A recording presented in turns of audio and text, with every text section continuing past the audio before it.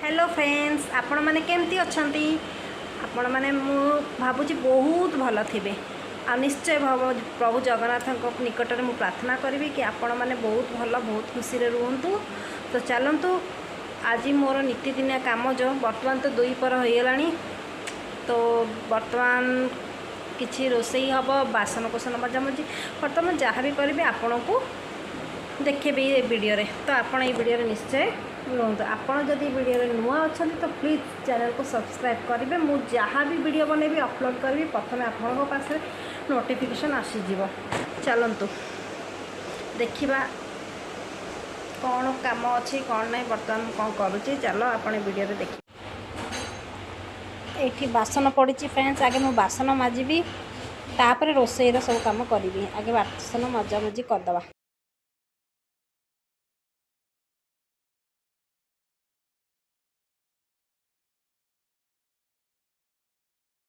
बासन सफा होगा आठी बासन सफा करके रखी सारी।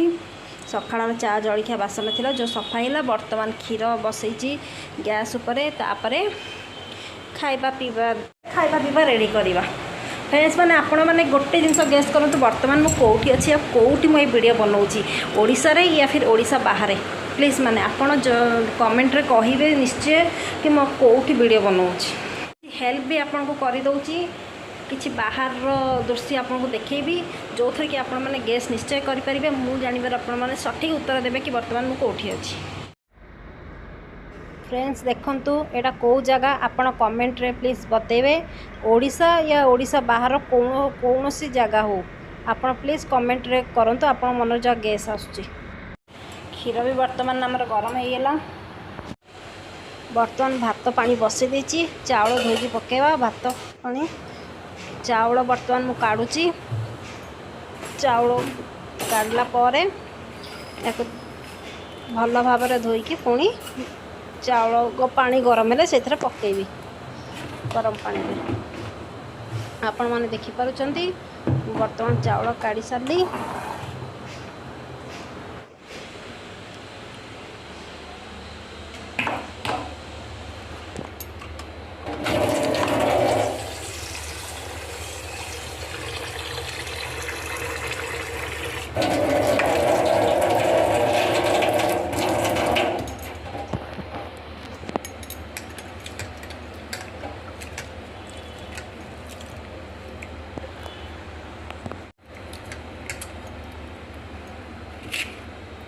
चावल धुआ हो चावल धुआई सारा पर आपण मैंने तो जानी थे पानी गरम है से चावल पड़े भात हुए। बर्तमान आप देखते चावल धोई सारी।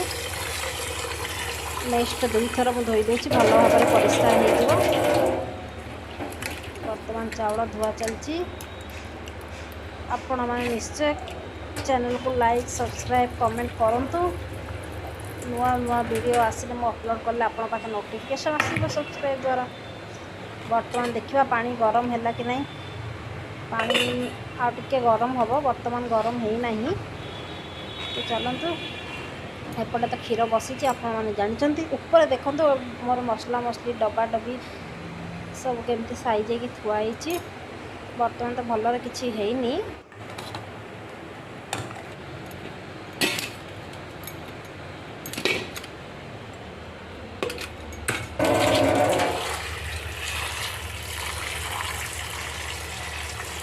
बर्तमान आलू धोची आलू को सीझे आलू तरकारी हम। तो आलू को भी भल भाव परिष्कार भाव में धोई दिए। बर्तमान आलू धुआ सरला। एपटे चावल पकेवा पानी बर्तमान गरम हो सारा। तो चावल बर्तमान पकाला। आपण मैंने देखुं वीडियो को स्किप न करी बर्तमान आपण वीडियो रे रुहतु। आपण मैंने भी देखंतु आज केमिति रोसई चलची।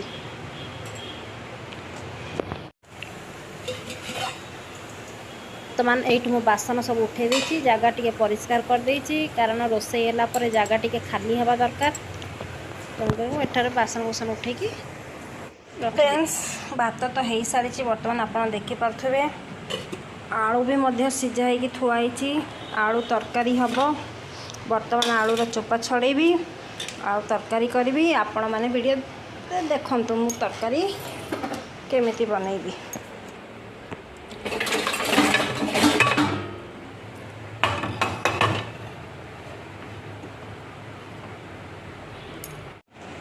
टमाटर कटा ही आलू चोपा छड़ाई रखाई अदा लंका चकटा भुसंगा पत्र काजू कड़े रे तेल पड़ी तेल गरम है पर ये जीरा टमाटर सब पकईदेली अदा कंचा लंका जहाँ आपको देखी से सब पकई सारी तरकारी टी रेडी है आलू पड़ला आलू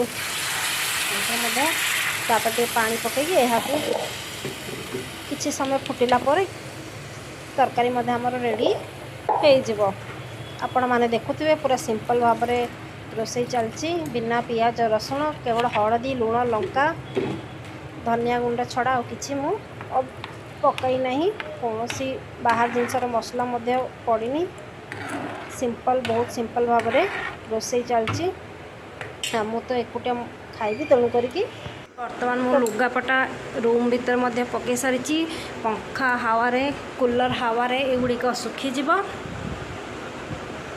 मात्र यही दुईटी सुखी गामुछा यही दुई को मु आलमारी भितर रखीदे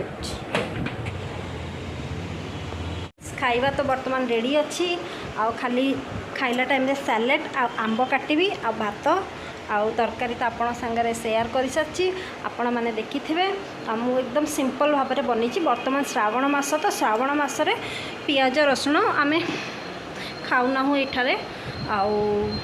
नॉनवेज तो सेमती केबे भी खाऊनु किंतु श्रावण आ कार्तिक मासरे पियाज रसुण आम बंद कर दूचु तेणुक बिना पियाज रसुण सिंपल भाव में तरकारी करछि जो श्रावण मास सरला पर पियाज रसुण तरकारी आपन साथ निश्चय शेयर करी से आप सपोर्ट निश्चय करेंगे कि वीडियो यही पर्यंत रखा जदि आपण मानक भल लगे आपण मैंने निश्चय कमेंट करूँ आपण मानक जब निश्चय कमेंट कले मत भी खूब भल लगे तापर मु भी वीडियो किसी आगू बनैबी और निश्चय अपलोड करी आपण मैंने सब्सक्राइब कले आपण पाखे नोटिफिकेशन भी आसीज फ्रेंड तेणुक आपण आशीर्वाद साहाय्य ये लगी रहू thank you so much friend bye bye भलरे रुहंतु खुशी रे रुहंतु।